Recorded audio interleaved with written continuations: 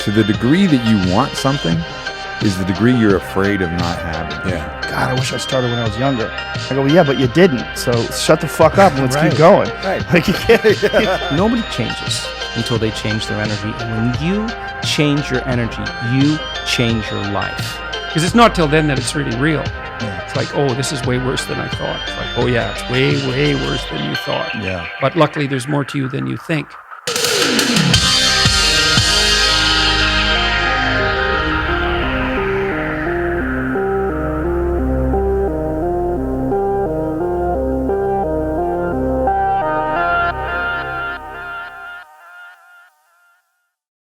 Oh shit.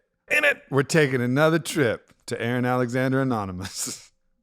I don't know what that could be. That could mean so many things. Another visit. Except this time it's going to be a little different. Usually we just fucking freeball it and just talk about whatever. Yeah. But you wrote a dope book, man. I appreciate It's that. really good. I appreciate that. And I'm going to get to plumb the wisdom that's been embodied in your body and your brain for so long, kind of what's made you you and that unique character. But I want to like dive into some of the stuff because I learned a lot of shit. I'm looking forward. Yeah. Let's dive, man. I so greatly, last night I came by your place, or maybe 2 nights ago, and I saw the book sitting up on your shelf and it was facing out. And I actually had like an interesting moment of like self-love, self-worth, something or another. It was a very fascinating moment. It was very special and warm, and I appreciate you giving a shit. Yeah. Well, I hadn't read it yet. So that was really just a In my reminder. mind. That was a reminder for me to actually read it, but I did. Fortunately, I can read pretty fast. So In the moment was special. So yeah. that's- It was a constant reminder. It was high priority. high priority. Let's Yeah. put it that way. Yeah. All right, I'm going to start with something because I thought this quote was dope, and I don't know where you fucking found it. You must have been just like looking up the word aligned. Oh yeah. When your body is not aligned, the inner power will not come. When you're not tranquil within, your mind will not be well ordered. Align your body, assist the inner power, then it will gradually come on its own. And that's a Chinese text from the Guanzi era. Yeah. Yeah. That's like old shit. Yeah. Yeah. That was like, essentially it's the same as the foundations of osteopathy and structural integration or Rolfing or Yeah, but Feldenkrais way or before. Alexander technique, way before. Yeah. Like this is been coming Qigong, forever. Tai Chi. I mean, they've been on to this for a long time. Yeah. Yeah. To a certain degree. I think our bodies have been some form of antenna for something more meaningful than just paying taxes for a really long time. Right. Yeah. But what's interesting is like of the cultures because there's been a lot of cultures who've put forward meditation and yoga actually involves the body in a lot of ways. But one of the main purposes of yoga, and you could probably elucidate this more, was just so they could sit still in long positions even longer. Yeah. But like Tai Chi and Qigong is kind of a constant movement of the body along with meditation, and that meditative, like intentional practice along with pranayama. It's kind of combining like a lot of the things that you're talking about in your book. And that's like something that they kind of fell into or became aware of early. Well, I think that one of the most challenging movement practices that I've come across is sitting still. So I'm like continually like looping around and twisting in front of my head, my leg behind my head, and all this weird random stuff. And I think a lot of that has been almost like running away from myself, running away from something, like having this energy that wants to get out. And something that I found to be really interesting, which is a part one of the 8 limbs of yoga is that asana practice. And why we're doing that is to be able to mobilize ourselves and move ourselves so that we can actually devote more time to that seated practice. And that's something that in this movement journey that's become kind of like the most fascinating thing to me as of recent is what happens if I can sit still and recognize that throughout the day, everything is fitness, including stillness. So the quality of your sit is of immense value. We get wrapped up in what we see on the cover of Muscle and Fitness and Men's Health or Women's Health or whatever, which is typically people doing very like young, active, bicep curl, huge, awesome kind of stuff. We don't really see so often people like sitting in a position that's productive for mobilizing their hips and their knees and their ankles and circulating lymphatic fluid. And you know, that's not something that we think about so much. But that other side of the coin of your fitness is at least half as valuable as the active side of the coin. You know, they're two sides of the same coin. So throughout the day, as we're moving around the world, you know, we pay attention to that. But then when you're seated, that's an active practice. You know, so in the book, I get into, they're called archetypal positions of repose. You know, so recognizing that right now, as you're listening to this position that you're in, you're training your body to that position. You know, as you're driving in the car, as you're, you know, maybe you're taking a walk, whatever it may be, everything that you're doing is continually this practice where your body's, you know, it's building up new cells and it's taking down old cells. You know, so if you can start to tap in and realize, okay, cool, like last night we were at your place and like the football game was on and all that stuff. That's a great opportunity to essentially do yoga. You know, the meaning of yoga is use or yoke or connection. You know, so if you're practicing that connection in your body throughout the day, in any instant, it doesn't matter what you're doing. You could be in a courtroom, you could be driving, you know, on a road trip. That's yoga all day long. But most of us, we separate this yoga or fitness into this small little container that we do like 45 minutes a day, 3 or 4 days a week. And if that is the system that we're operating on, it's not built to last. It's not sustainable. Well, that was the overwhelming takeaway that I think I got from your book, was that every little thing that you do can be an opportunity. Totally. And that's an either opportunity to be accretive or depletive to your structural integrity, to that thing that's the alignment of your home, which is your body, which is going to help you align your mind, which is going to help you align your spirit. Like every single thing is an opportunity for that. Yeah. And it's a combination of, I mean, you mentioned there's one study in here where someone, I think it was like the Albert Einstein College, if I can remember, but it said it was like the Zen in the art of dishwashing, basically. Totally. And there was a 27% decrease in nervousness and a 25% increase in inspiration when someone focused on the process of dishwashing, the suds, the temperature, the smell of the dish soap. Yep. Like that act itself had tangible results on the biochemistry of the individual involved. Right. So it's like, even when you are doing something that you're going to be moving in similar patterns, how you move through those patterns and with what mindset you move through those patterns changes everything. Yeah. Your filter on the world that's like a primary layer of your fitness, to overuse that word. And there's another study that I mentioned in there as well, because she was a guest on the podcast, called Ellen Langer. And she had a study called I think it was called the MAIDS study. She has a book called Counterclockwise. It was really excellent. Yep. And in that MAIDS study, it was a really similar thing. She told one group of maids, she's like, hey, by the way, all this stuff that you're doing, you pushing the vacuum and walking up these stairs, like this is exercise. Like you guys are athletes. And then the other group, she didn't say anything to them. And what she found was the group that was the athlete maids, just from having that belief system that what they were doing was meaningful, all of a sudden they start increasing muscle mass and they decrease fat and their blood pressure gets better and like all this cool stuff happens to them just because as they're moving and they're walking up and down the steps, they're paying attention to the quality in which they take each step as they're pushing that vacuum. Actually, maybe not, because Joe Dispenza talks about that study. He credits it entirely to the placebo effect. Oh, sure. He credits it entirely to... I mean, maybe they were more conscious. Both. I think that's a maybe part of they the were placebo. more conscious of what they were doing, or maybe they just believed with all their heart that this thing that they were doing was actually causing these dramatic health benefits, which is what Langer told them. Yeah. Right. But there's a difference thing between like I think they could have layered in the Zen practice of their maidsmanship. Or whatever, of their cleaning, and it would have been a whole other layer. So for one, they were accessing the mind's ability to signal to the body that these things that they were doing were productive and good for metabolic health and good for muscle genesis and all of these different things, as Dispenza talks about in that. But if they also gave them some basic training in Zen, which is basically doing anything as you would do everything, like it was your last act, right? Like, that's why they have Zen in the art of tea ceremony and Zen in the art of like everything that you can do, Zen in the art of dishwashing. Like if they were Zen in the art of vacuuming, then they might have even more benefits on top of that. So if you can convince yourself that what you're doing is productive and that's going to help your body and you pay attention to it, well, then you're like stacking these different processes. That's it.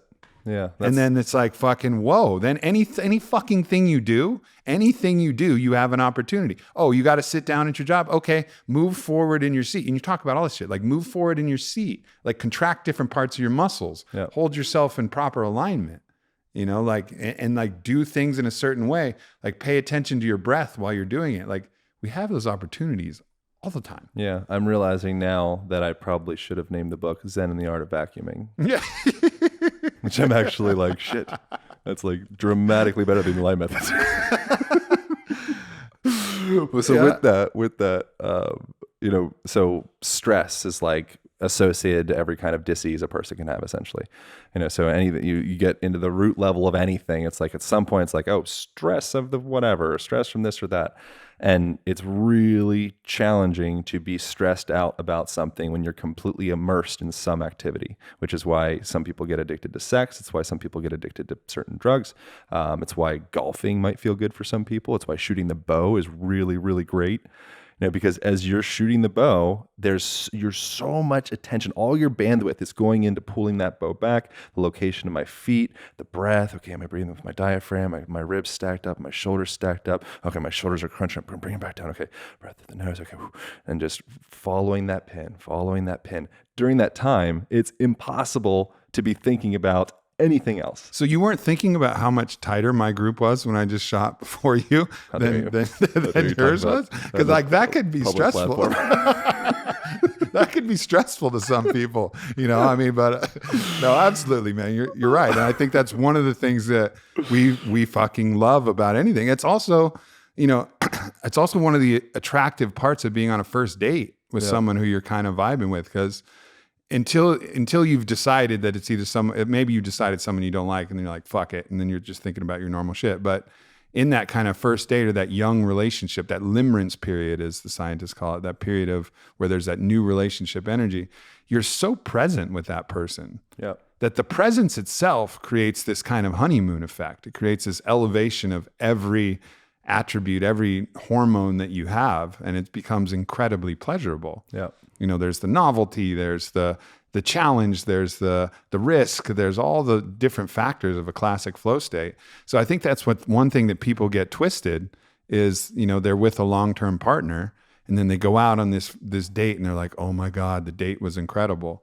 Well, if they had that same date with their same partner, but it was fresh and they brought that same level of presence and attention, it'd probably be even better. Yeah. And so you get hear so many of those stories of people who leave relationships for this person that they started having these dates and they're like, oh, fuck. Yeah. Like that energy, that thing kind of ran out. Because really what it was doing, it was hacking presence. It was smashing through hedonic tolerance, or any kind of tolerance where we get used to seeing the same shit and hearing the same people. And so we like check out. Yep. And then like drives them back home to that present moment. And people are like, whoa, this person's awesome. And so within that present moment stuff, everything that I've described thus far is still, the person occupying themselves that way is still going to be kind of clunky, because you get to a point where you can kind of go beyond really thinking about the position of my rib cage and the position of my shoulders and the breath and all that stuff, and get more into like an unconscious competence layer.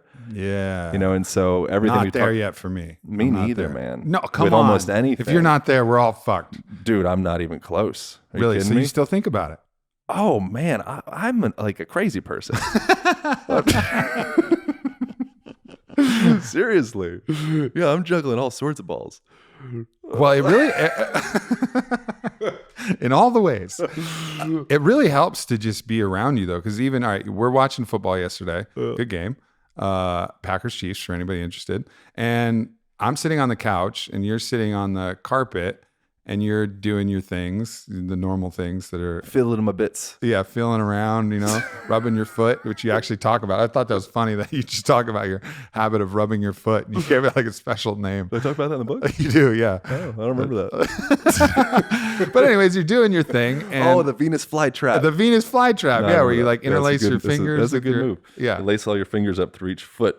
People can see it in the video. You gotta do something like that. Yeah. So you're Venus flytrapping and stuff. Yeah. But I became more conscious of how I'm sitting. Usually I'm like a fucking blob on the couch, and that's what couches are for. Couches are for creating the ultimate blob experience. It's literally called the Lazy Boy. Feels good. Like they named a whole set of couches off that thing, and it feels good. It's relaxing. Yeah. But that is like forming your body to these weird lumbar positions, weird postures. But when you're around and you're Venus flytrapping and you're doing your thing, I'm like, all right, well, let me get cross-legged at least. Let me Yeah, I notice everyone's sphincters clench up a little bit when I walk in the room. It's progressively happening more and more. I'm like, okay, cool. This is working. Yeah. I'm onto something. Yeah. Everyone's a little bit more uncomfortable now. Again, that's a quote from St. Thomas that you have in your book, which is, I think I've heard you say it before too, which is, and I think Dr. Dan loves this quote too. It says, preach the gospel always, and when necessary, use words. Yeah, man. So like watching you move and like watching you move through all variety of different things, you're living the practice that you're preaching, right? Like it doesn't matter if we're doing ceremony or whatever, and you just get the inclination to tap into your old ballet skills and you're fucking has to twirling around and moving. Everybody's all high looking at you going like, wow, I wish I could move like that. That's really remarkable. In a room full of men where literally every person could kill me, I feel like a natural inclination is to start doing ballet. But it's all the other movements you do, which I think for some men it makes them uncomfortable because they feel like, oh man, they feel like threatened almost, like they have that competitive mindset. But for other people, it's just inspiring, because you're not doing it for that. You're not doing it to show off. You're doing it as an expression of who you are, and it's like it works. Like you can see how your body moves in ways that are like, man, that'd be rad for my Sometimes body. I do it to show off. There's like a, I know, so recently I was talking to this with Kyle, but then that podcast got disappeared somehow. So it's fine. So this is fresh. I injured my wrist like 5 months ago. Oh yeah. That was disappointing because you couldn't throw me up in acro yoga. Yeah, well, I still can do other stuff, but yeah, holding people on my hands is challenging because I want to like nurture myself at this point, right. At least with the wrist. And so something that I realized during that time period, because it's been about 5 months or so now that since I've been able to do like the show off, pick a person up over my head or do a handstand on something funny, like a kind of like a look at me type thing. And in that time, what I realized is how much of my life I've spent essentially prostituting my body for attention and for acceptance and for validation and for all of these things. So instead of treating my body as this vehicle for love and respect and appreciation and care and nurturing and all of those things that feel really good and are sustainable, I was more prostituting it for like, okay, look at me, I have this idea that this is going to make this person like me more, this group of people or the people on the internet. And so that time it's been immensely valuable in the last 5 months where I'm like, okay, like most of my tricks involved using my wrist. My wrist has been taken away. I found some other ways around it, but nonetheless, it's still been something that I've been able to reflect on. So like when you're outside Erewhon just gnawing on a giant head of cauliflower, or that actually not even that cauliflower, it's that cauliflower broccoli combination that makes those little DMT spirals. Yeah, that's good. What is that called? What is that fucking, what is that vegetable called? You're right. What is it? Somebody knows. Somebody knows. Not Broccolini. It's like something beautiful. Cauliflower plus broccoli it's like plus DMT. Cauliflower smoked DMT. Essentially, you get that. And anyways, you're out there just gnawing on that. And everybody's looking at you like, wow, look at him in full lotus eating this fucking eating this giant head of Romanesco outside of Erewhon, and you're just holding court out there. You have to be mindful, and I think we all do. We all have to be mindful of, am I doing this because I want the Romanesco, or am I doing this because this is a good look? Yeah, you got to get out of that. Yeah, the being separate from yourself. That's like Ram Dass. I've been all hot and bothered about Ram Dass recently. And kind of as we all should be, I really think. Dude, I can't believe I haven't been more obsessed with him earlier. Shit, right? I was so jacked up on Alan Watts. I was like, Ram Dass, as they whatever. say, like as the student is ready, the teacher appears. Maybe we just weren't ready to. Like... Everything he says feels pretty darn perfect to me. I know, right? It's pretty wild. But one of the things he talks about is becoming nobody, and throughout your life you get train from everyone on how to become somebody, because they're all professional somebodies. And they're fucking giving you so much praise for all your somebodiness. All your somebodiness. Ooh, good job. You scored 24 points. Ooh, you went fucking 5 out of 6 from the 3-point line. You're a great shooter. Oh, great grades. Oh, great fucking face. Yeah. It doesn't matter what it is. People are like commenting on your somebodiness. Yeah. And that's something that I had an interesting experience using. It was with DMT, where I told you about this, where it was a sensation of like I had so much somebody, it almost created like a block in a way for me to be able to, in this case, I was thinking about the book, to be honest. And so I was thinking about that information that I've put together, I've aggregated into this one spot. My intention with that is for it to have meaningful impact on Earth as a whole, Western culture. And I would like for it to perforate through that zeitgeist and, help people become more embodied, enjoy their physical experience. But within that, the base, there's certainly some ego in it, and there's certainly some, like when I got the book deal, there was a sensation of like, okay, yeah, I'm somebody. Yeah. All right, we got some momentum into somebodyness. Yeah.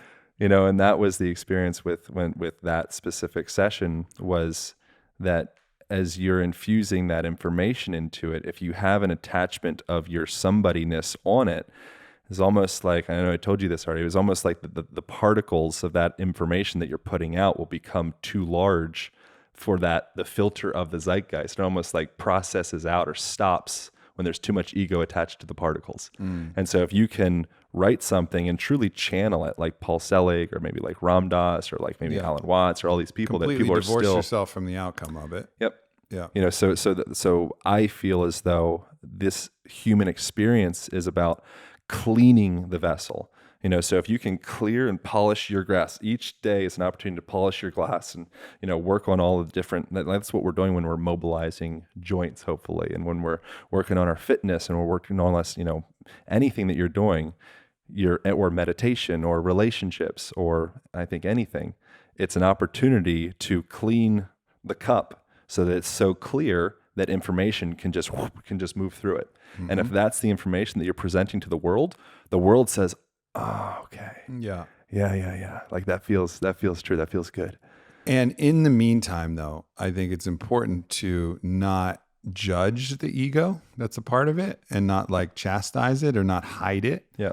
Because that becomes even more of a disturbance, right? Like if you're trying so hard to be the one that's so pure that they don't have any ego motivation, then you end up blinding yourself out of your own shame about your ego, that you'll end up blinding yourself to the amount of ego that you have invested in the thing, which then becomes even grosser and even harder to unwind. So for everybody, like we all have ego kind of interspersed in all of these things that we do. But the first step is like acknowledging it and be like, okay, yeah, I got a little ego in this. Okay, yeah, I'm out here and doing this pose. And yeah, I like that it looks cool out here and there's lots of people watching. And that's okay for now. It's what the Toltec said. I always say this, but it's their controlled folly.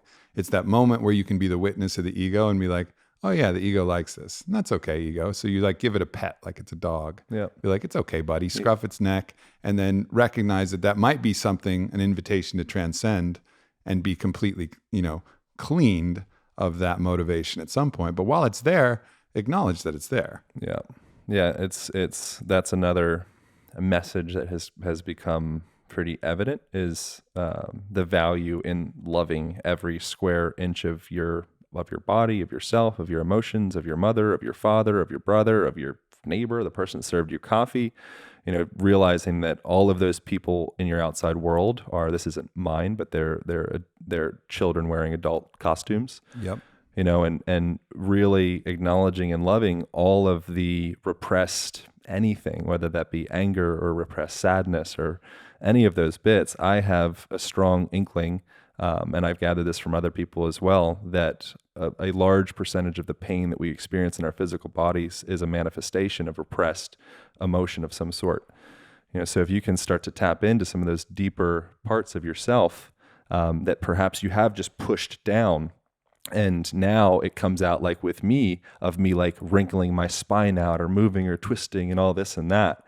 I found through like extended meditation sits, for example, like Vipassana stuff, if I sit through that sensation of wanting to wrinkle and twist and move and go for a walk or chew tobacco or go shoot the bow or go make money or go do something, if I just sit with that, something more potent happens than any kind of like massage therapy or foam rolling or anything else that I've experienced. And I think a large part of that is just actually sitting with repressed sensations that typically you just wiggle around. Yeah, I mean, that's one way to really, that's the deeper path to get to those deeper layers and to not avoid them. And it can be really hard though, but there's a lot of other ways. Like I think one of the things that Porangi has taught myself, and I don't know how much you guys have talked about it as well, but he's always talked, and you write about it in your book, like a dog runs into the screen door, which happens to Lobi a lot. Lobi will get excited, run into the screen door, fall, something will happen to an animal. Immediate animal response from that trauma. And I think dogs do feel like a little embarrassment and something, like when they do something bad, like you can tell, you're like, what'd you do? Like they feel it. They know. They shake it out. They shake it off. Like they literally shake, especially like Lobi hits the screen door, shakes it out, like shakes it out of their body. I think there's a book, it's called like The Body Keeps the Score. Bessel van der Kolk, I reference him in the first chapter. Yeah. So the body keeps the score. Like we hold a record somatically of these traumas that we experience. And over time, if we don't release these in any way, Vipassana, sitting a long time is one way to release it. Fucking dancing is another way. Yeah. Just like fucking shaking it out, going and shaking it out when something like comes in that we feel that constriction and we like allow it to like move through, like give a little Harlem shake to the business. Yeah, you gotta Harlem shake it out. Gotta Harlem shake it out, man. Just fucking let it loose out of your body. People that are too spiritual are often lost in their own spiritual egotism. Like Harlem Shake is spiritual. Yeah. I don't get it. I don't get it moving. So in the first chapter, posture and personality, the first chapter is all about the way that your physical posture is a representation of the way that you think, the way that you feel, and how your movement is kind of almost like a conductor for your internal sensations, including your physiology, hormones, all that stuff. Some of that stuff's a little bit debatable. But what's not debatable is when you move a certain way, you feel a certain way. You even access different memories. There's kind of 2 points. One, there's a study in there that I mentioned done in San Francisco University where they had 2 groups of students. One group was held in what I call the mopey archetypal pose. The person's kind of like head forward, roll forward shoulders. They're kind of it feels just kind of like collapsed. Like if it's when they walk in the room, it's kind of this depression. Ooh. Yep. That person, if they're standing in that position, be them happy, sad, whatever it is, it's easier for them to access more depressive memories.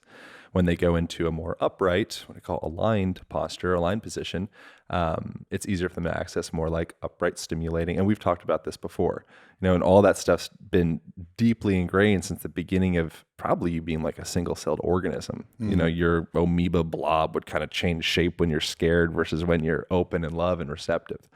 But in there we get into Peter Levine, who wrote a really amazing book called Awakening the Tiger. And he has a really beautiful description in that, exactly what you're describing, where, say a bird runs into a window or Lobi runs into the door or a lion almost gets eaten by a zebra or vice versa.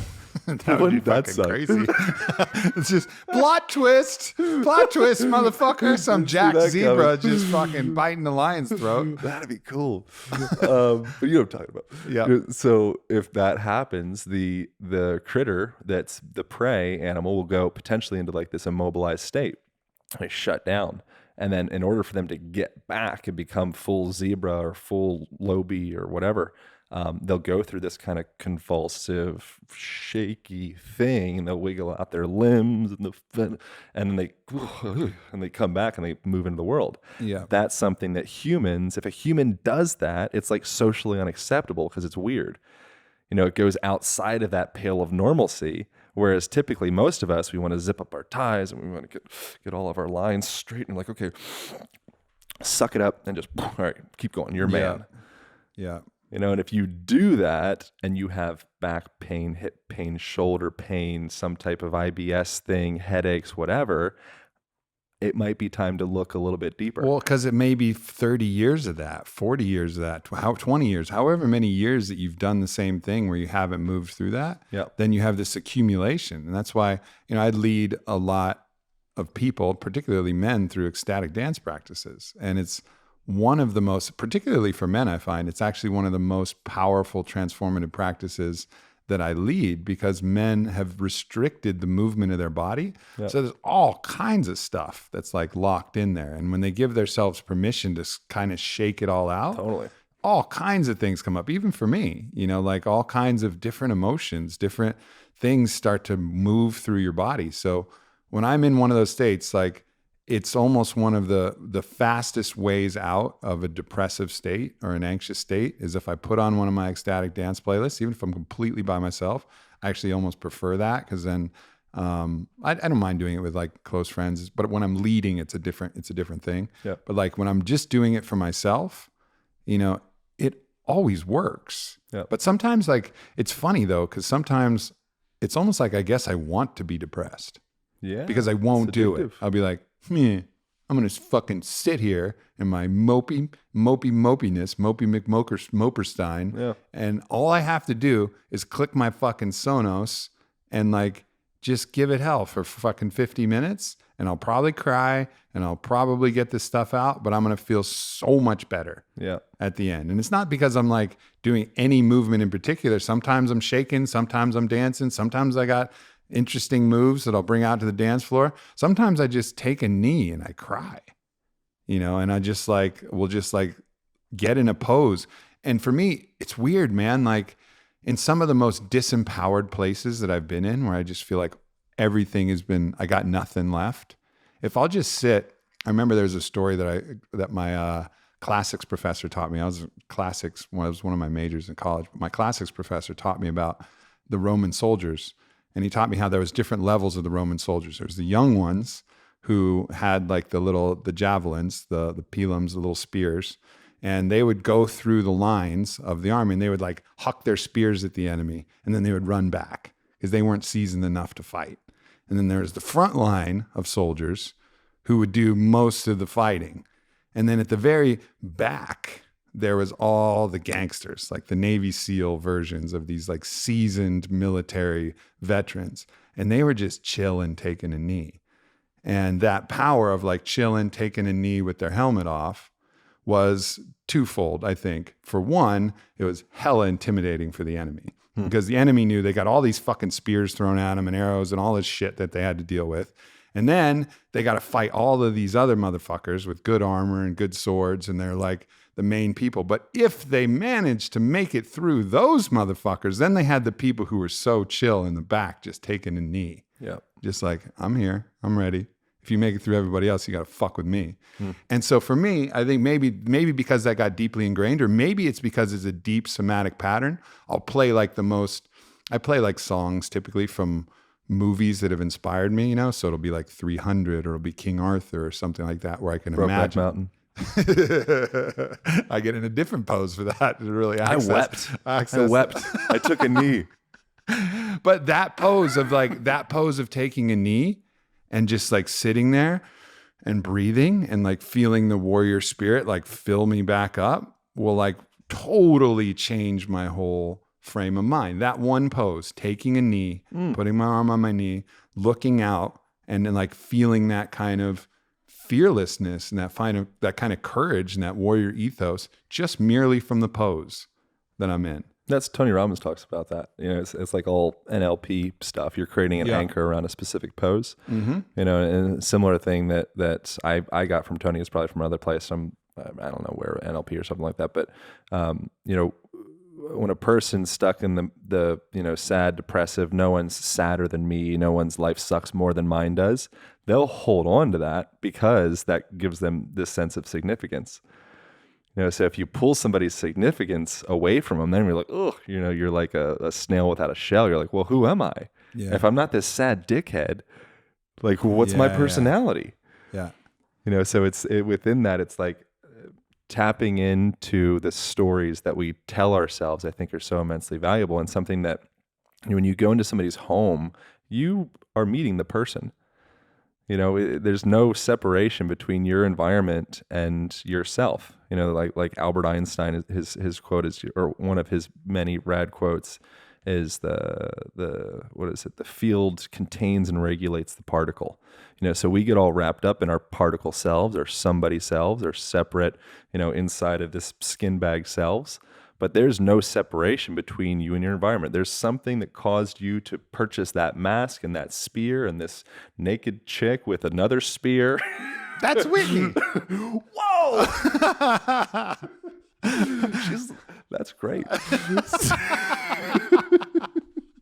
I should have let you go on about that. That way, when we see her later, it could have been good.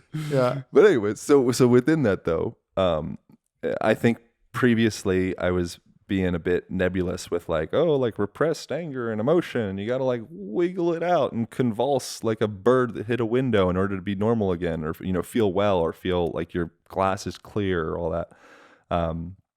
But it doesn't need to be some big ayahuasca trip per se, or it doesn't need to be a huge, I think all those are just tools. Breath practice are tools. Sexuality is tools. Running a long distance and going beyond what you thought was possible is a tool, but as you're walking to work, instead of staring down into your cell phone, which kind of puts you into that state that we were talking about before, maybe look up at a tree, notice the bird, the sound of the birds, notice, like, take a look up at the cloud, the shape of the clouds, allow your mind to go into the creativity. It's like, what's that cloud look like today? Going back into that child's mind, all of a sudden you start tapping into your environment, which actually is pretty freaking cool. And you start becoming more tree-like and more grass-like and more cloud-like and more sun-like. But most of us are just more phone-like. So we're so consumed in that phone and the laptop and all the screens that are essentially just biting for our attention because it's a commodity. And so we end up becoming more like currency for, larger corporations.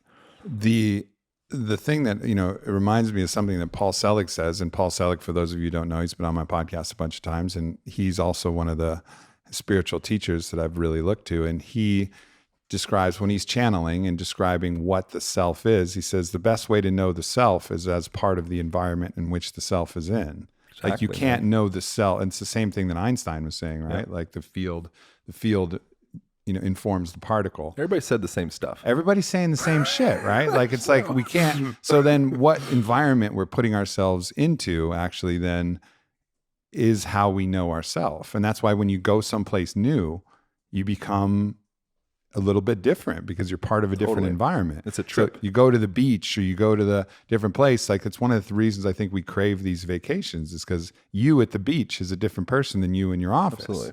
In a total way. Something else cool that another one of my spiritual teachers was recently talking to me about, that's Ted Decker. Mm-hmm. What he told me recently now was that when you go to the beach, you can either ask yourself, or go to any vacation, you can ask yourself, okay, what can the beach give to me? What can this environment give to me? What can this restaurant give to me? What can this person give to me? And he's like, what happens if you switch it and you go, what can I give to the beach? Yep. What can I give to the sand? What can I give to the tree? What can I give to this restaurant?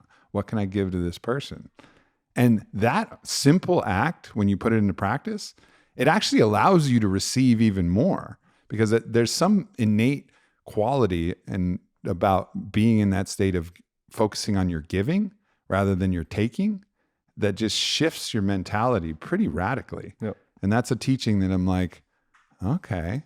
All right. Like, that makes a lot of fucking sense. And that's what I was talking about this earlier with Kyle was our economic system. There's a really amazing book that I recommend anybody reading and or listening to called Sacred Economics by a guy called Charles Eisenstein, and gets into the financial system that Western culture is entrenched in is such that, we derive value from essentially destroying natural resources in large part. I mean, there's a lot of other ways to drive value as well, but there's like a metaphor that popped up for me that I thought was kind of interesting. It was like the way that, in relation to the way the banking system works. If someone came over to your house and they were like, it's your neighbor, and they're like, hey dude, like, your yard's a little shabby, I care about the neighborhood, we're just like, I'd really like to take care of it. So what I'd like to do is I want you to lend me $5,000. And then I'm going to go out and buy some rocks and buy some sod. I'm going to rake it up. I'm going to hook this thing up. It's going to be beautiful. It's going to be amazing. And you'd be like, fucking absolutely. Like, yes, that's amazing. Let's do it. It's going to raise the value of the house as the neighborhood happens. It's great. Within that, if the banking system, if you go to the bank and you say that and you say, hey, can I borrow $100,000? I want to take care of the forest. I want to take care of my city. I want to do something meaningful for Earth. I want to take care of the ocean. I want to take care of myself. I want to heal my body. The bank's like, what percent do we get back on that? So if you came over to that same neighbor and you're like, all right, I got this amazing idea. I hear there is some of this stone underneath your yard that's really valuable. And so what I'd like to do is I'd like to borrow $5,000. I'd like to dig your whole fucking yard up, just destroy it. And then I'm going to dig that stone up, I'm going to sell it, and then I'm going to pay you back $8,000. You'd be like, no, not at all. Like, I don't want to do that. You're going to ruin the whole yard. The value of the house is going to drop so much. Like, it's not worth it. Yeah. But you go to the bank and ask that same thing. And you say, I got this forest. Show me a core sample. Show me a core sample of the stone. Let's fucking assay that shit. Yeah. And if we can prove it, we'll give you the money. Let's tear that motherfucker up. Yeah. And so I think that we have a similar sensation of like this kind of scarcity model with finances and materials in general. It's like we want to take it in. We want to keep it, make it mine. But I think another direction to go, which I think is a way more satisfying place to be at, is exactly what you're describing. Make it be like, as you're walking out into the world, at first it might feel a little uncomfortable because it's not so common, but make every moment be an opportunity to take care of something. Every room, it's like the Jordan Peterson thing. He said, how to play the game. The best way to play it, I don't know, paraphrasing. The best way to play the game is play it so that you get invited back. And the present model, the financial system, it's like, yeah, maybe invited back, like play the game that you're going to get paid. Yeah. And that's short lived. It works out fine, but from a long-term perspective, if anybody gives a shit about like the long-term game with like yourself, your family, your grandkids, Earth, if we start to augment just slightly that your goal is to cultivate relationships and take care of your neighborhood and all that, man, it'd just be really cool. And it's another thing that Jordan Peterson says too. He emphasizes clean your room, right? And there's something like, I think people overlook how deeply satisfying it is to improve any aspect of any environment that you're in. Like recently, my master closet, the closet that I'm in every day, a couple times a day, whenever I'm changing clothes or whatever, it was like the ugliest room in my house. I somehow selected the paint. I selected doo-doo brown as the color that I wanted, and I just never fucking just paid any attention. Just has a fucking closet, like whatever, like doesn't matter. And then I actually switched that around, and I got some like dope wallpaper with these crazy heads that look like the citizens from fucking Hunger Games. It was like really interesting, and I put blue felt on the ceiling, and I got a little chandelier, nothing expensive, like a $500 lighting chandelier, and I put it in there. And that simple act has brought me joy. Dude, yeah. Every day I go in my closet, I don't turn on my normal lights. I turn on my chandelier light, and I'm like, oh yeah. And this was maybe like a $2,000 thing all in, which, I get that's maybe a lot of money for people to spend on a closet, and I understand, but there's ways to do that in minutia. Yeah.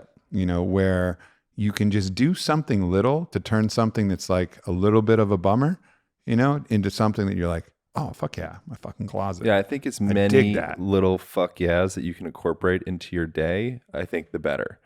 Like that's something that I certainly have come from much more of kind of like, I'd say maybe like more like stoic, cheap ass type. You're wearing my shirt, all right? So you want to talk about it? I left it, and you just fucking, you're wearing it all the time. Shirt. No, it's not like this is like my collection. This is actually just one of my shirts that I wore. You left the state. you were gone. You were to mail it back? No, that's fine. But I'm just illustrating the point that you're literally wearing my shirt. You finally came clean today. So otherwise, I'd have just been admiring that shirt. Like, man, I used to have a shirt like that. I fucking love that shirt. Yeah. And so that's a large part of my history is that sensation of like, there's not going to be enough. I need to, sort mine out. Yeah. And within that, I have like, there was one time I was out in Belize and I was doing this long motorcycle trip. It was like a 7-month long motorcycle trip. And it was just, I couldn't ask for anything more. It was like Dos Equis man of adventure on my motorcycle at like age 21. And then I was actually living in a dive shop like a scuba diving shop at the time. And these whales were passing through. And it's like the only time of the year that they pass through. And I'm like, wow, like amazing. I'm looking at videos and all that stuff. And they're like, yeah, it's only $150 to go do it. And this is like month 5 or so. So I'm like fully on pesos. So that's like 1,500 pesos. And I shut it down. I had the money to do it. Son of a bitch. I didn't go see the beluga whales or whatever the heck kind of whales they were. And that to me, ever since then, has been like this metaphor for just like release, release, release. I didn't learn. I'm still in the process of learning. That was, it was like 10 years of more stoic cheap assness. But nonetheless, now whenever I can, like I just bought this bow, and I got like all like really nice stuff. It's like Hoyt, like top of the line, all the things. And it brings me so much joy. Mm-hmm.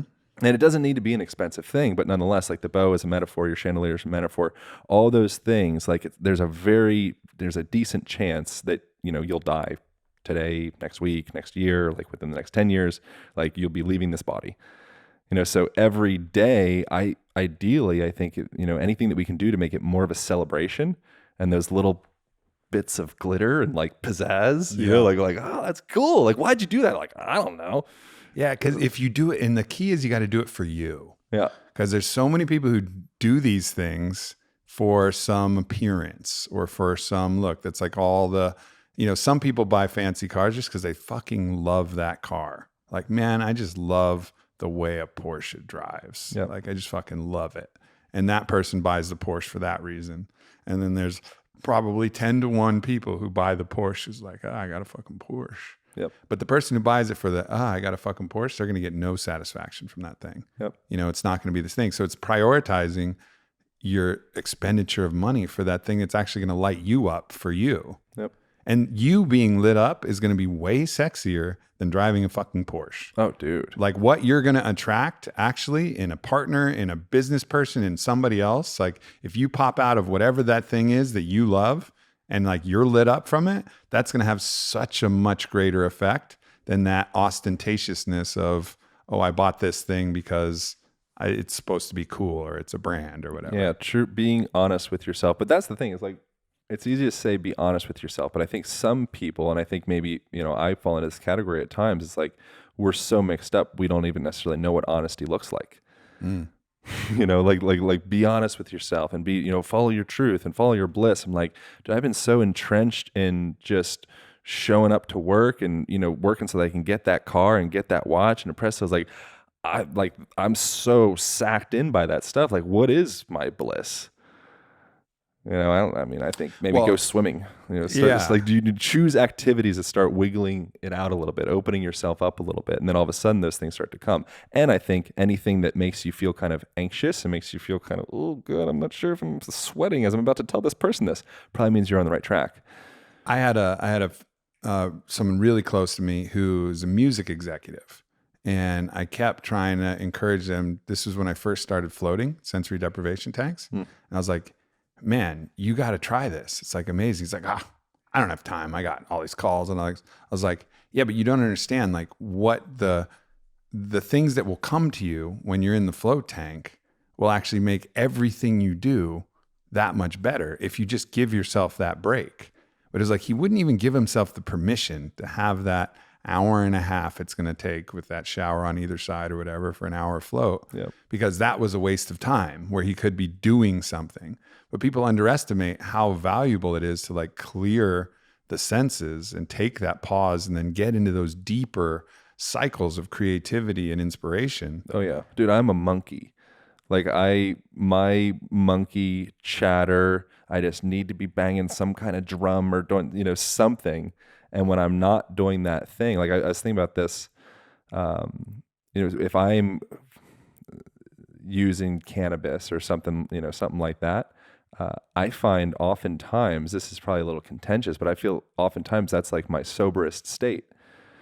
So my it's like a hyper sobriety. it's like hyper sobriety. Yeah, I talked about that on my podcast with Luke Story, who was like afraid of doing all of these things because he was sober. Yeah. And then he was like, oh shit, I did ayahuasca and I was more sober than I've ever been in my life. It was like hyper sobriety awareness. So there's more myself than ever. There's culturally accepted addictions. Yeah. Cell phone, money, power, all the obvious things. And then there's culturally unaccepted activities, which is like the whole psychoactive realm. And that's like, I was listening to a thing with Terrence McKenna, who he's cool, man. Yeah. OG. Like there's so many of these people, when you listen to him talk, you're just like, oh, like he was really onto something. Mm-hmm. And that one of the things he was bringing up was that most cultures, Western cultures especially, are scared to open up the usage of psychoactive substances because it directly causes the person to start to observe the underpinnings of why they do anything.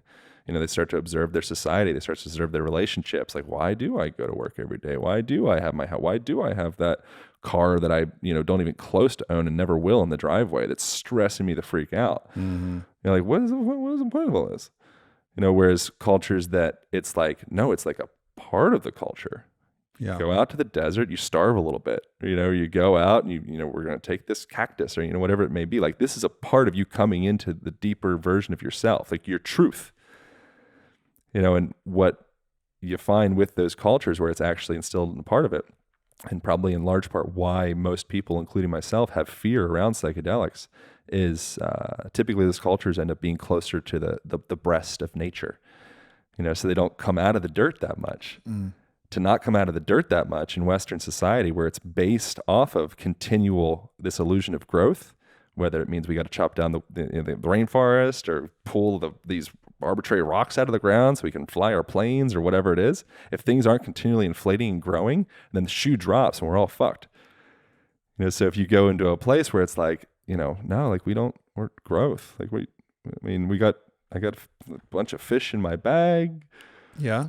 And people are also in this perpetual action is distraction, right? Like if you're perpetually if you don't take those moments to pause, then you can keep yourself from actually looking at anything, So that's why even taking a walk is something that people won't do. Yep. And you have time. I don't have time for it. You have actually really good research in there. So 2 minutes of walking every hour, one study showed, reduced risk of premature death by 1/3. Yep. Didn't do anything for premature ejaculation though. Nope, sorry. Other techniques. Nothing. Got to do some breath work. You got to do some different stuff. The breathing chapter. That's the breathing chapter.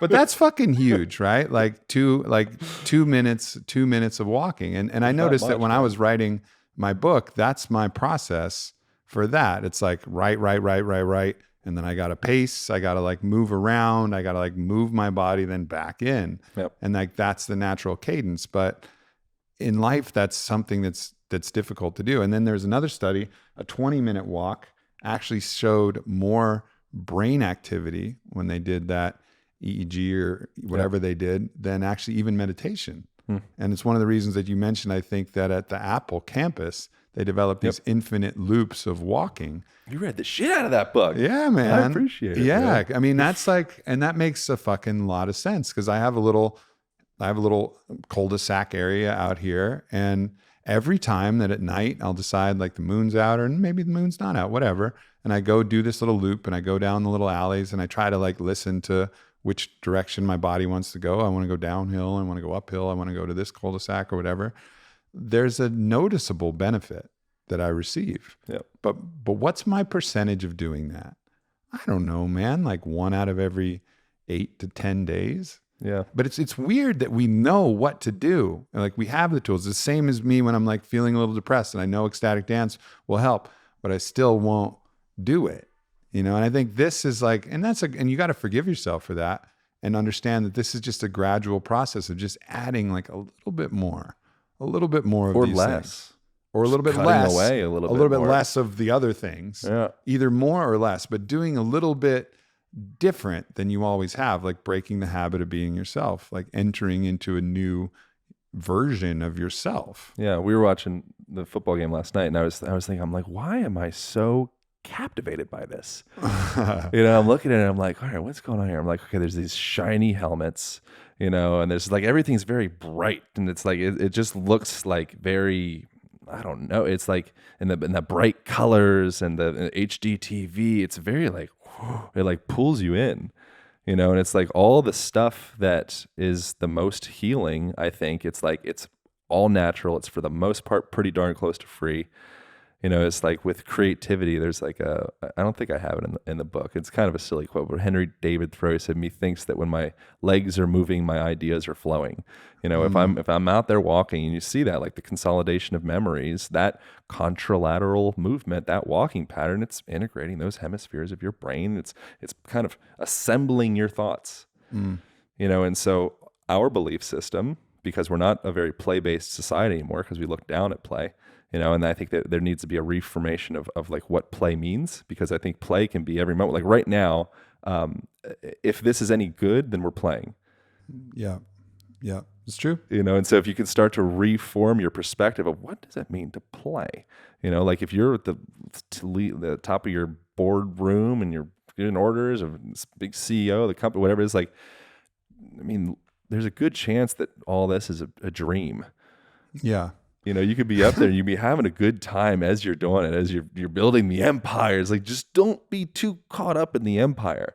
Like, no, this is a game and you're playing a game, and underneath that, there's a lot of other layers. Well, and that's just being the witness to watching what you are, and knowing that if it is some kind of folly, as the Toltec said, pretty much everything we do was, that it's a controlled folly, that you recognize like, oh, I'm playing the CEO game. Yep. I'm playing this game. I think, just to go back to the football thing, I think that was an interesting experience for me, because I've never watched a sporting event with you. I don't recall, other than maybe a fight. And really the first thing you did when you walked in, and you were like, does this game matter to you? And it was just kind of like a shitty thing to say. You said it in a nice way, but I was like, well, yeah, kind of, like I know one of the players, and then you're like, oh, okay. And then you started watching, but you would start making like grunts and comments. You're like, whoa. I got into it. Whoa. Yeah, you got into it. And that got me excited. And you're like, wow, like, what is it about football? I was like, well, every game matters. There's only like 15 games. And they're like, oh yeah. And like hockey, there's 80 games. I'm like, yeah. So they really fucking give it everything they got, because then it's harder to make the playoffs. There's only 12 teams rather than 16 teams. And you're like, whoa. And then your excitement for it got even more. And then the simple act of you engaging in that football game became accretive to your life. At least it felt like to me. Yeah. Like it was like this experience that you were, because it wasn't your normal habit. You were like breaking the habit of you never watching. Yeah. Of you never watching football. You engaged with this thing and you really enjoyed it. Like I remember actually earlier that, maybe it was the day before, I think it was Sunday actually. That was yesterday. So there was the Rugby World Cup semifinals on, and there's 2 football games. Typically I watch football. I was like, I don't know if I can watch rugby. And I usually don't watch rugby. First of all, because it's not on TV, but I fucking love the sport. And so I watched that, and it was so much more like satisfying and enjoyable for me to like engage in that thing, even though I don't really know all the details of it. Like I don't know why they stop play sometimes, or why you just can't fucking steal the ball from somebody and run the other way with it. There's like rules and shit I don't really know, but like the act of breaking out of my pattern, which would normally be to watch the morning football games, whatever they were, and just kind of mindlessly do it. I was able to watch the rugby and enjoy it. And I think we have that opportunity to like, just be curious about so many other things and like give ourselves a moment. It doesn't matter if it's fucking cricket. It doesn't matter if it's any kind of weird thing. You just like give yourself a moment and like engage with that. Even if it's on television, and television isn't the best thing that we can do for ourselves. But if we do it in a way that we're like interested and curious and like looking and thinking, then our brains are not in this dull, redundant, old pattern that we're used to. And it's become something that's like, wow, that was a fucking cool experience. It stimulates us, man. That's why, travel is so important. And, that's like, what was it? There's a couple things I think is interesting. One, when you go into a room that you recognize, your brain essentially caches the memory of that, which is another thing that's mentioned in the environment chapter of that. And so it's like a more mundane task for you to walk into a room that is someplace that you're familiar with. And so something that's an interesting thing that you can do if you are trying to stimulate some creativity with, say a business meeting or something like that, instead of going into that common boardroom where there's like 13 people and a third of them, they're like staring under the desk at their cell phone, like just waiting to get out of here. And it's just these white walls and there's just no stimulation. They need to have like I saw a video recently of like an elk that like ran through a barbershop. You're like, bam, like, whoa, like we're engaged, new ideas. Yeah. You need some of that. But all of that is accessible just by taking your ass outside. Like I wrote a I don't know. I probably, if I was being honest, there's probably like a third of the book outside. So I was I put a yoga mat down. I watched you do it in Sedona a couple times. Exactly. Oh yeah, good point. Yeah. Proof. He's telling the truth, everybody. Yeah. So I put a yoga mat down. I'd take as much clothes off as was appropriate, and I would set the computer up in the shade, and then I'd look out into the distance with regularity. So I'm keeping myself in more of that like parasympathetic state as opposed to focusing in and trying to shoot the computer screen in between the eyes. Mm-hmm. Like that's the position that we're in most of the time. When you're stressed out, the common tendency is to come back, and at least if you're me, is come back and like, oh man, I'm just going to go and scroll through my Instagram notifications, take a load off, and what that does from an ocular perspective, from a visual perspective, is it literally puts you back into that driver's seat of stress. So something that you can do. The fucked up thing is I use that as like my cup of coffee. I know. I think that's fine. Yeah, you can leverage that. I don't know. I don't want to do that though. Like it's called X-adaptation, I think would be a term. I'm like tapping into the cortisol that comes from and the dopamine. It's like cortisol and dopamine to see what happened on Instagram in the morning to like get me awake. But like I don't think I want to keep doing that forever. No, there's other ways to tap in. I don't think I really like. And then I will go into the practices. We both actually have some common grounds in the book with the salt water and the lemon and then the sun and a lot of the same, the movement in the morning. I will move into that, and that's also where I'll go. But that first thing to get me out of bed is typically checking the social media. And I think that's a habit that I would like to break. Yeah. But I'm using it because I'm fucking sleepy. What's going to get me to make that first move to get out of that kind of like, I'm lazy and I don't want to get out of bed? Well, if I check my fucking Instagram, I'm like halfway there. But better would be to click on a meditation like Dispenza's morning meditation, or do something else, or go immediately into light or go to immediately into the water. And then, I'm going to circle back to the Instagram, but like not use that. It works, but not use that as like a crutch. Yeah.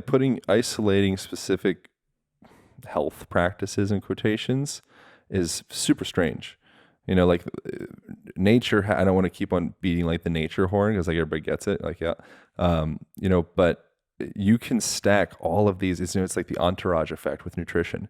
You can take a pectin supplement, or whatever isolate, or you can eat a fucking apple. When you eat the fucking apple, you get this entourage effect of the way that nature has cultivated, not modern apples, but nonetheless, like the exposure of sun coming down, or maybe like walking near a body of water, or jumping in the water, or just putting your body outside, listening to the sounds of nature, all of that stuff. There's so many health inducing variables that are all stacked up inside of that. And your body gets it because it's since, the beginning of forever. Yeah. But instead we're sold, there's like a Carl Jung quote, sorry being so quotacious. He said that the reforms from retrogressions are going to be less expensive and more sustainable, and reforms from technological advancements are going to be more expensive and short-lived. So it's this fancy flash in the pan. Yeah. And that's where we do so much because the technology is so fucking sexy. It's the shiny helmets on the TV. Whoa, you're like really like, and then you want to show people, look at this technology, and then we talked about this on your last podcast, like conspicuous consumption and conspicuous health, and showing ourselves even, I can afford this technology. I have a biomet, and I have a infrared light, and I have, look at my supplement cabinet. I have every supplement. And it's like you look at that. I think there's value in that because it sends a confirmation that you give a shit and you're taking care of yourself, and it's kind of a game. Yeah.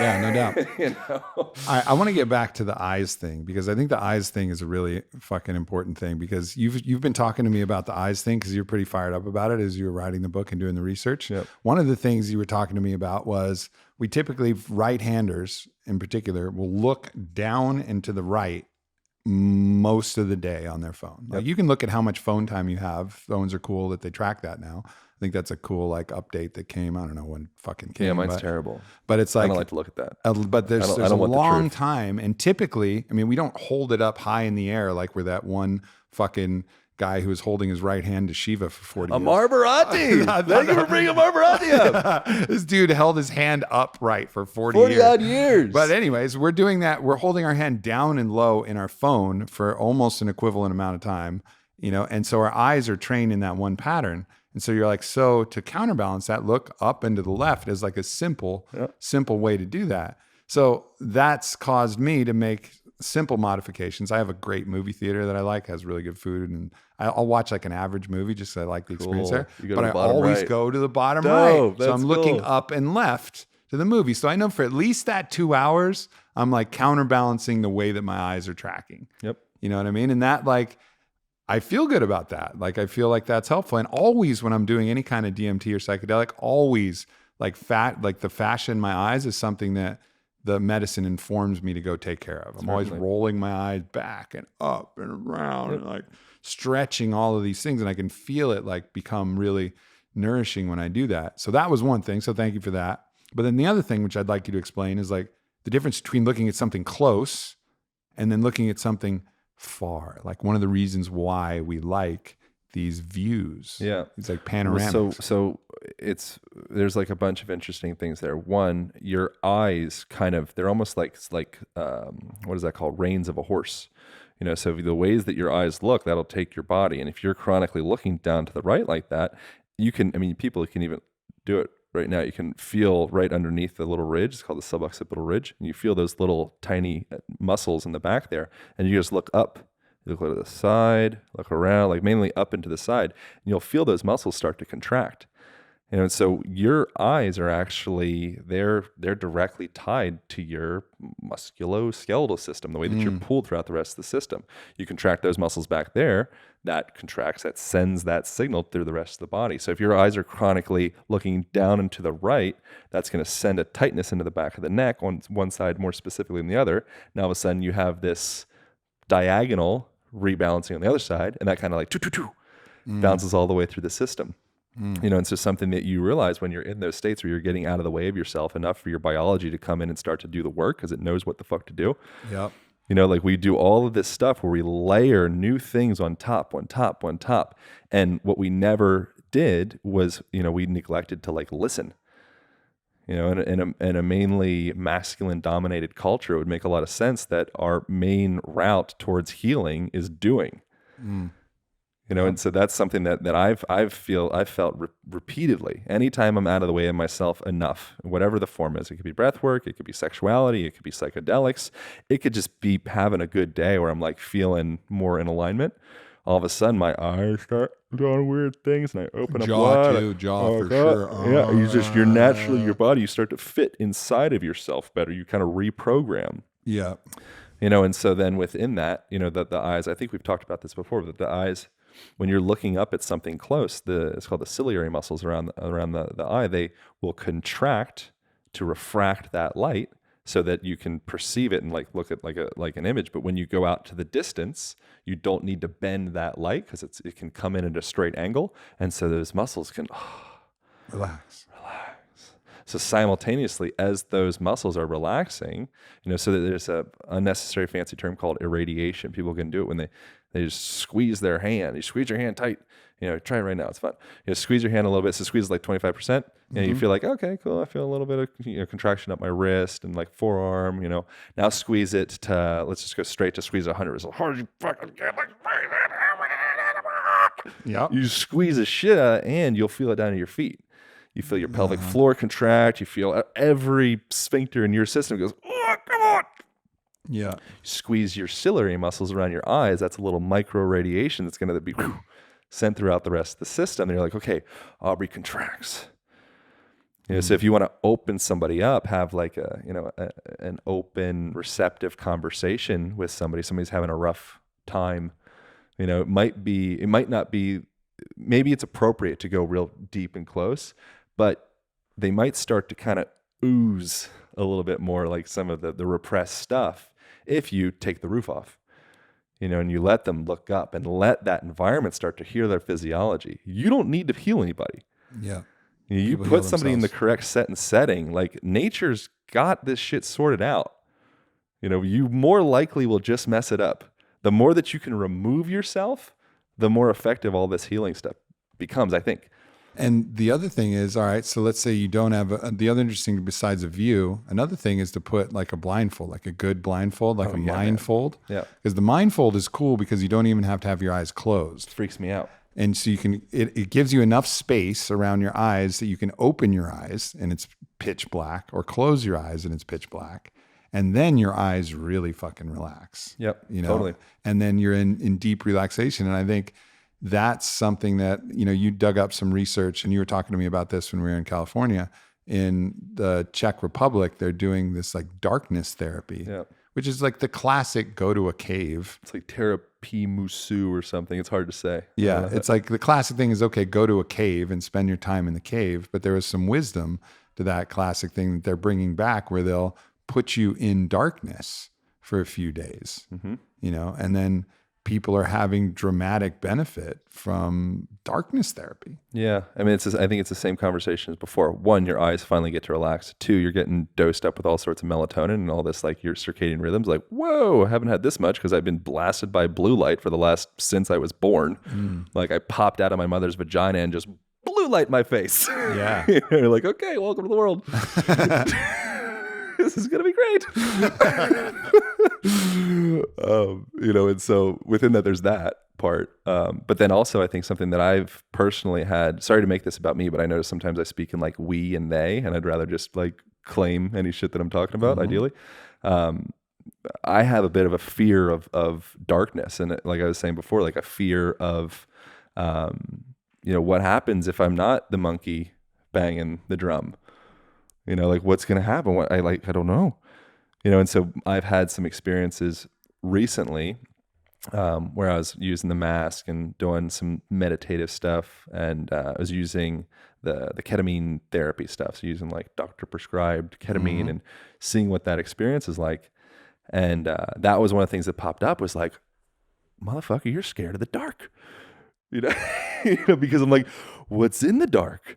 You know, and I even noticed like I was like feeling like my eyes relaxing to that degree because I'm like, I'm looking and I'm inside the mask. It's completely pitch black. And I could just feel muscles relaxing in a way that's like different than normal, you know, whatever normal's been. And I almost had this fear of like, am I going to lose my vision if I relax this much? You know, like it just all these different fears popped up, which, you know, I might have just been kind of high, but...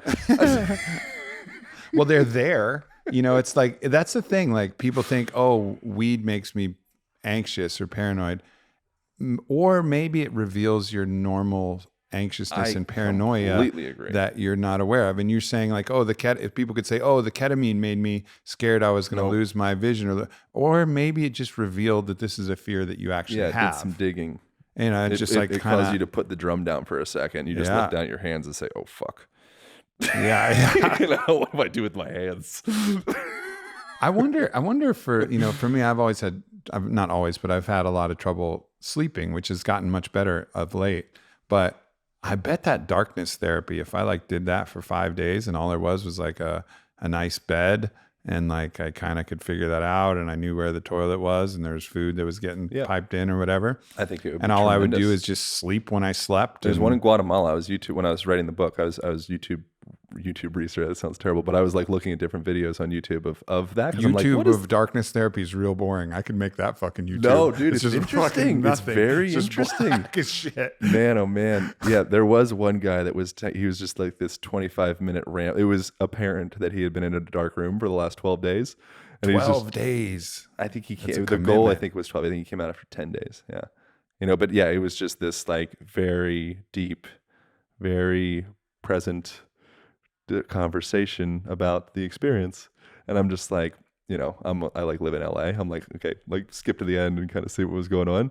But yeah, it's interesting. Well, that's also what happens in a float tank, to a certain degree. Like you watch somebody go, and you can watch yourself. I mean, you can feel it yourself. The person that goes into the tank is different than the person that leaves the tank. Yep. Like if you allow the drum to be set down all the time, right? And that's not only darkness, but it's sensory deprivation of all sorts. So you feel weightless. You're floating in this water that's the same temperature as the outside of your skin. You don't smell anything. You don't hear anything. It's like complete isolation of all your senses. And that's just such a beautiful, hard reset for the nervous system, for everything. Like you come out of there, your smiles are a little warmer, your heart's a little more open. I mean, this is just, I think they've done actually really good studies on sensory deprivation for a variety of different conditions, but you can try it yourself and for people who do it, they'll know like you're a different person pre-float and post-float. Yeah. But to take your, like more Ram Dass stuff, like when you die, it's like taking off an old shoe, or it's taking off a pair of clothes. And, it's like I think it can be kind of scary to start practicing loosening those shoes up while you're alive, because like, have you ever heard of like free range chickens? If they like, they're in the barn, this dark barn all day long. And then, some of the places they like give them the option to go out into the range and explore. So they like open up the door, like, okay, enjoy. Mm-hmm. They're like, fuck that. Like, I don't want to go into the light. They've been conditioned. They've been conditioned. Yeah. So everything is conditioning, man. We are creatures of habit. So the sooner that you can tap in and step back and get all Joseph Campbell detribalization on yourself, go visit a weird place. Yeah. And the meaning of, I say this all the time, but the meaning of weird, it's an old English word, W-Y-R-D. It means fate. So it means to be in control of one's fate was the original meaning of weird. So if a person is weird, it means they're not one of the sheep that are slowly marching off of the cliff. Sheeps don't really march off of cliffs, but lemmings do. What are they called? Lemmings. I got to change my analogy. Yeah, man. I think being aware, again, it's about being aware of those patterns. And another pattern interrupt, we did it last night. You'll know the name for it, but basically prostate massage. Oh, are we going to do that later? You've been telling me about that for a while. Yeah. But we're not going to do that. No, we're not going to do that. The thing where you plug your ears and then plug your ears and then close your eyes, and then you basically om or om with mouth open or mouth closed, and it becomes really reverberatory in your head. What's going on there? Because that seemed like a reset. So many cool things. Yeah, so it's called Brahmari Pranayama. People can look it up. It's also in the book. In the, I don't know what chapter that's in, probably like the breathing chapter. Anyways, chapter 4 in the sense. Sound maybe. Yeah, okay. So it's in the nose breathing chapter.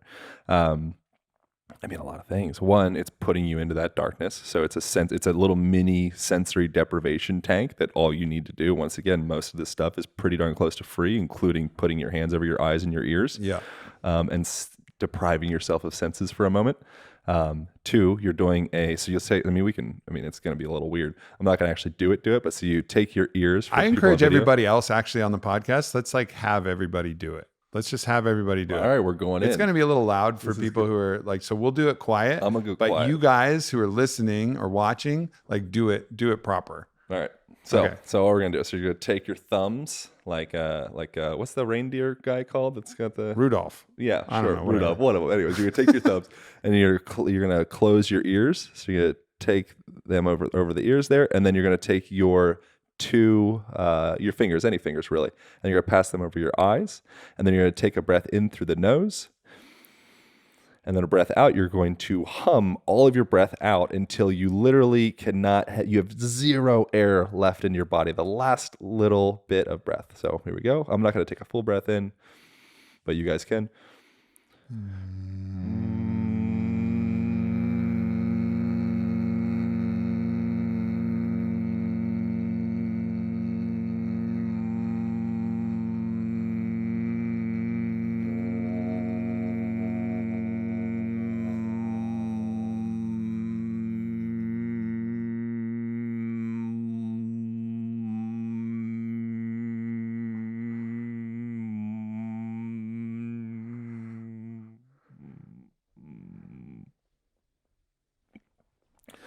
That was pretty weird. Yeah. So, But the thing is that it forms like the sound forms its own noise canceling. yeah.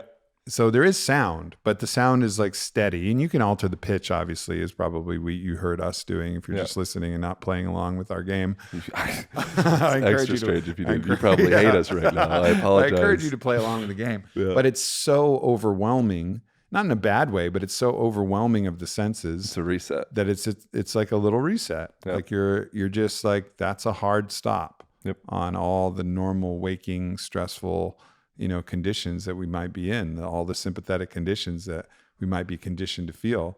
Like that's a little reset. Yeah. So you're doing, there's other things you're doing there. One, you're taking a long breath out. So as you're breathing out, that's activating more of that like parasympathetic side of the nervous system. So rest, digest, all those things. And you're also incorporating sound. So sound can reverberate and resonate with different structures depending upon density.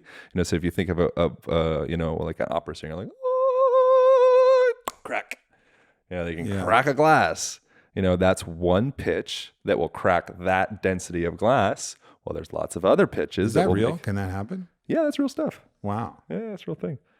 Yeah, so that's one pitch that can do that.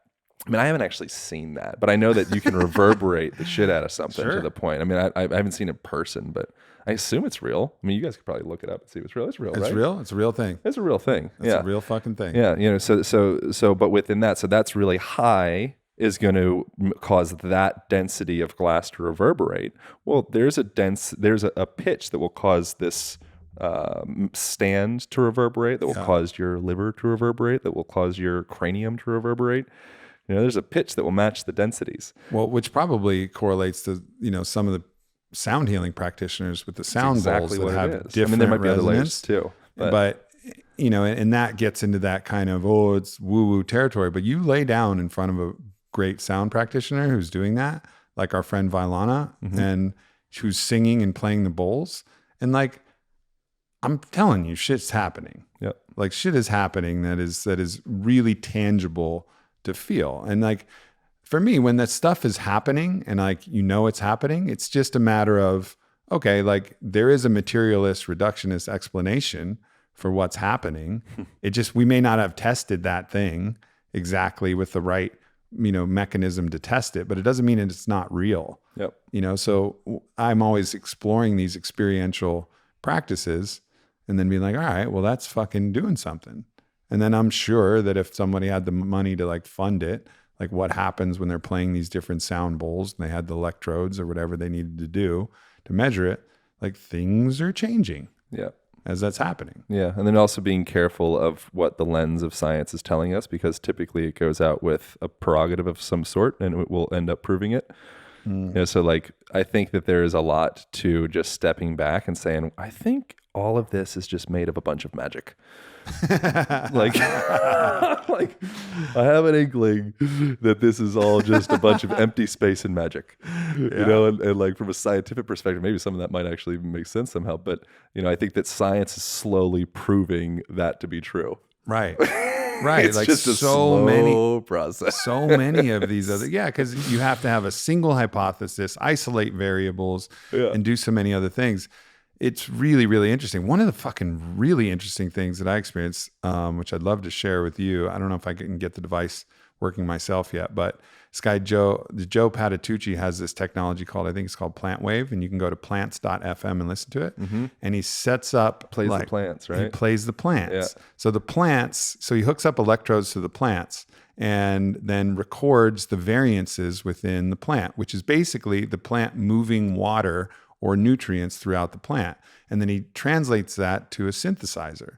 And the synthesizer plays largely pleasant music. So the plants aren't playing the synthesizer, but he's measuring the difference in what is going on in that plant, right? Same thing you actually do for a lie detector test. It's the same technology where you put little sensors on and then you measure different nervous system variations that happen when people are speaking the truth and people are not speaking the truth, right? Yep. It's the same thing. You're putting a small current through and then measuring what's coming back. But the interesting thing is, yes, it's very cool to listen to the plants.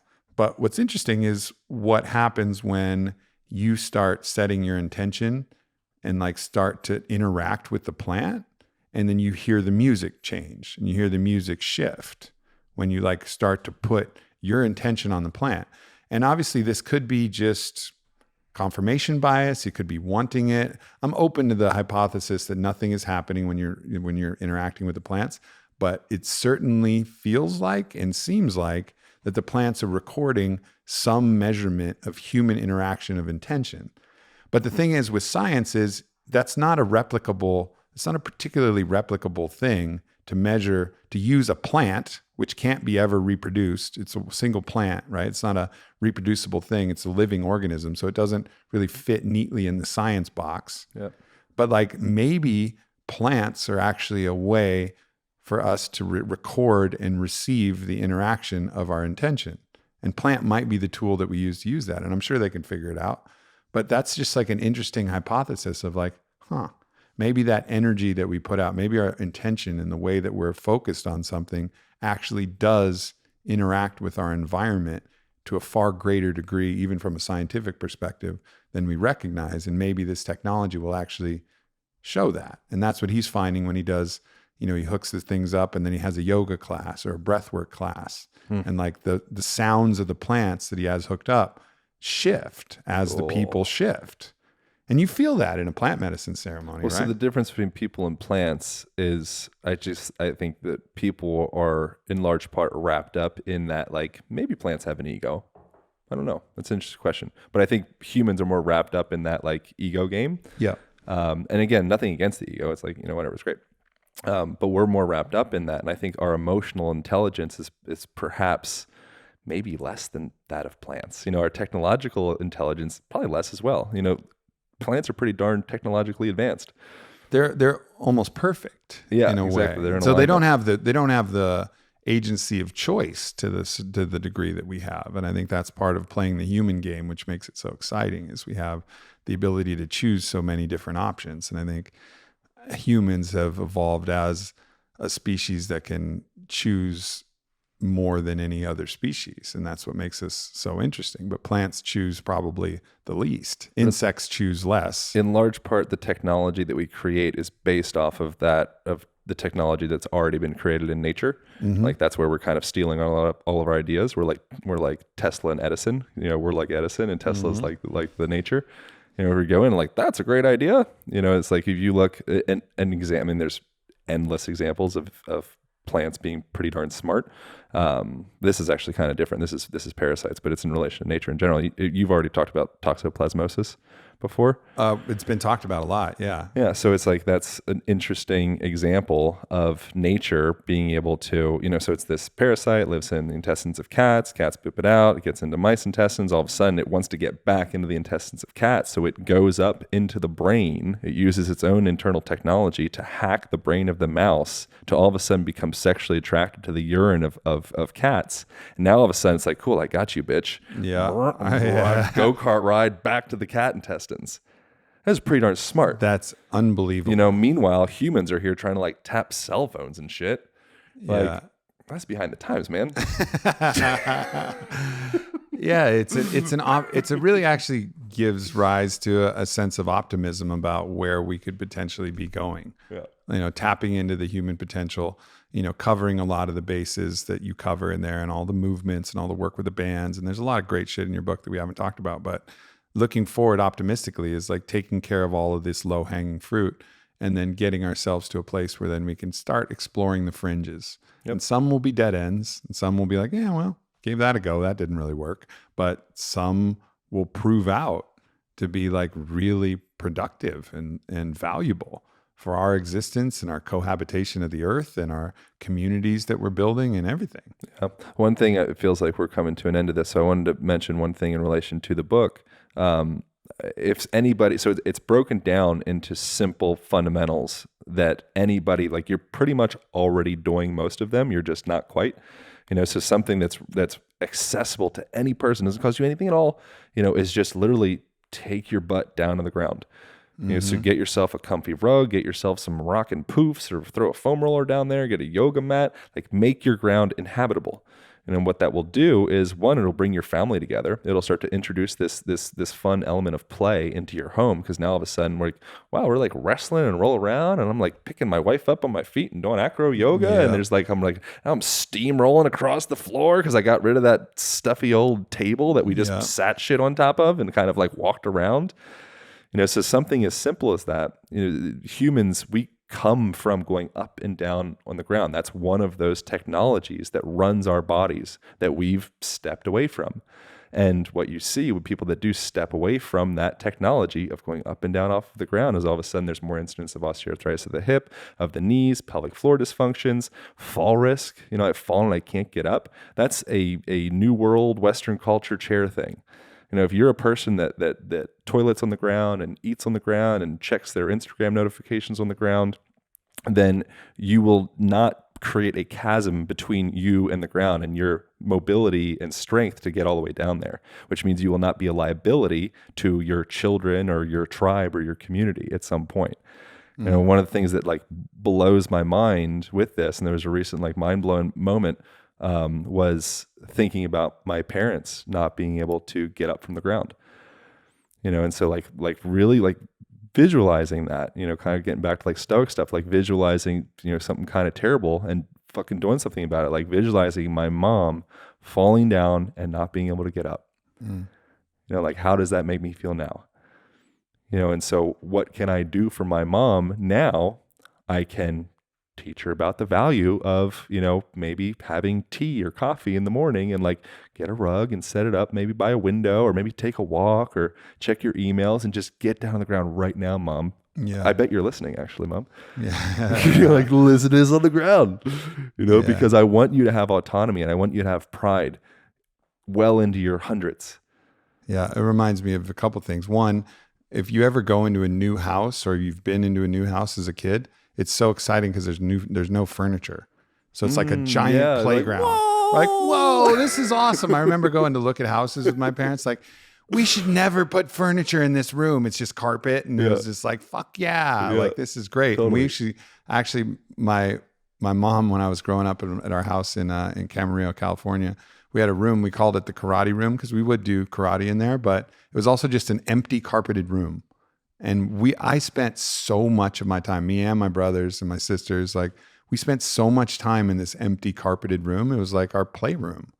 And that was like so much more important than any other room that could have become, like another formal dining room. What's stopping us from having every room in your life a playroom? Right. Yeah. It's only going to make you more creative. Yeah, it's only going to make you more. Some of those low Japanese tables that have like the sunken things that you go in, or create some like different, like cool environments. And then the other thing it reminds me of is when you go visit like indigenous tribes, like I do in Peru, like watching how they do so many things from a squat. Yep. From like a deep squat. They don't. So do we.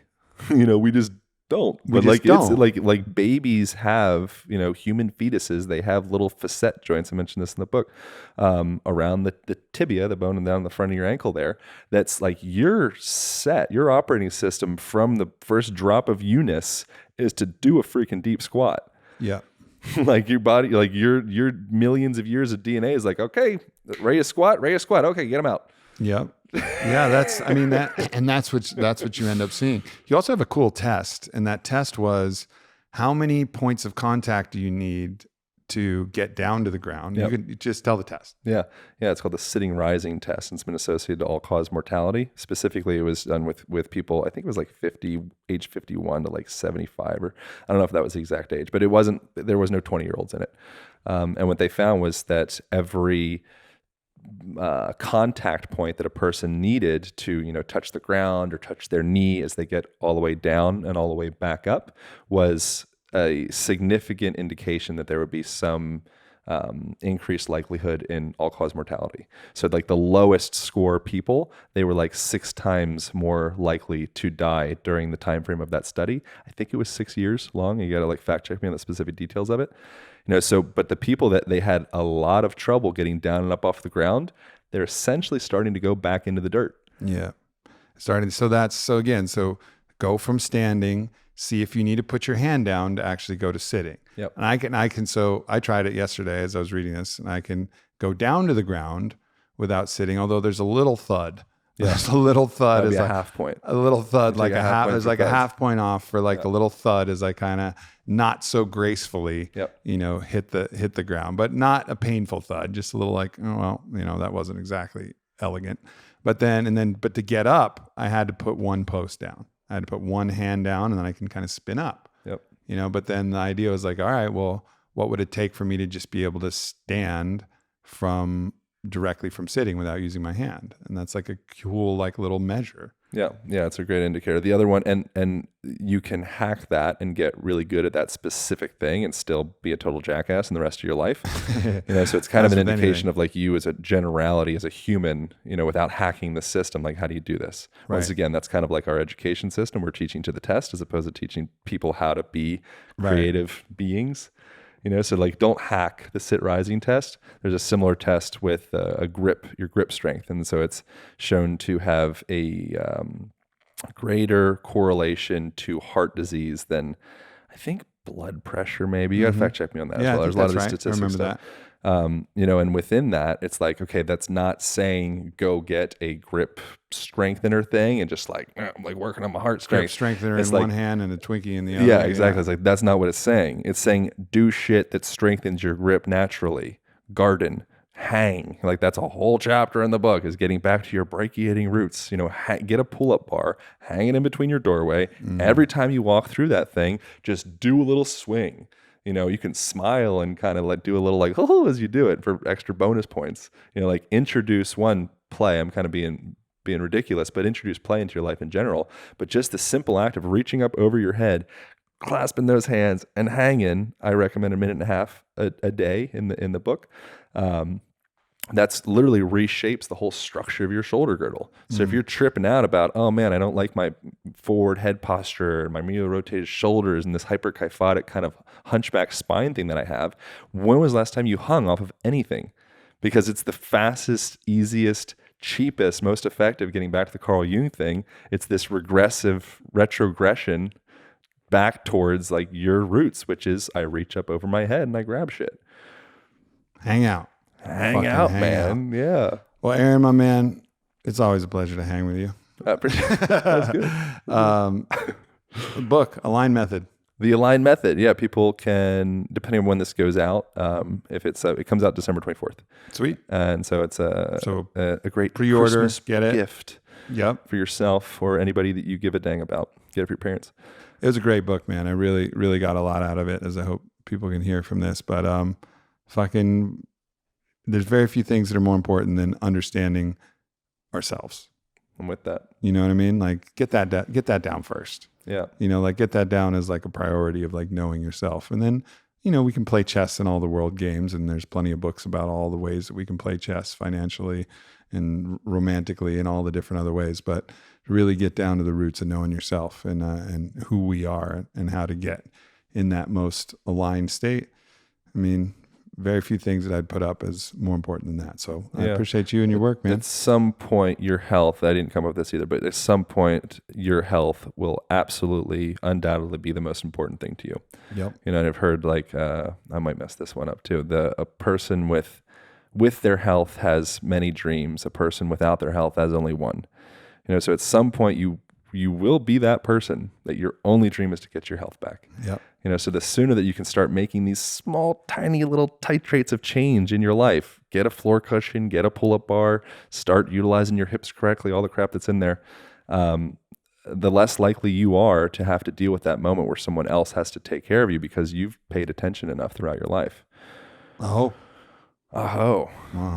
My man. If can I mention people they can go to thealignbook.com to grab it for the pre-order. That'd be like bonuses and all that stuff. Bonuses. And when the book's out, also anytime, it always helps an author buy it from a bookstore too. That's also a rad thing to do for an author because that helps get the books out in bookstores. It's interesting all these things you learn as like a podcast host or a author of a book. It's like reviews matter.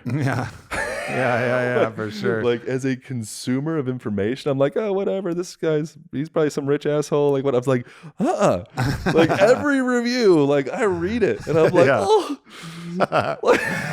yeah. No doubt, man. All that, those all that little stuff really, things, all that stuff are really helps. Potentials of like helping each other out. It's good. Yeah. If it's supporting, we'll shoot it out there. Well, thank you, my brother. I appreciate you, man. Let's go eat some chili. Let's do it. All right. Bye. Peace.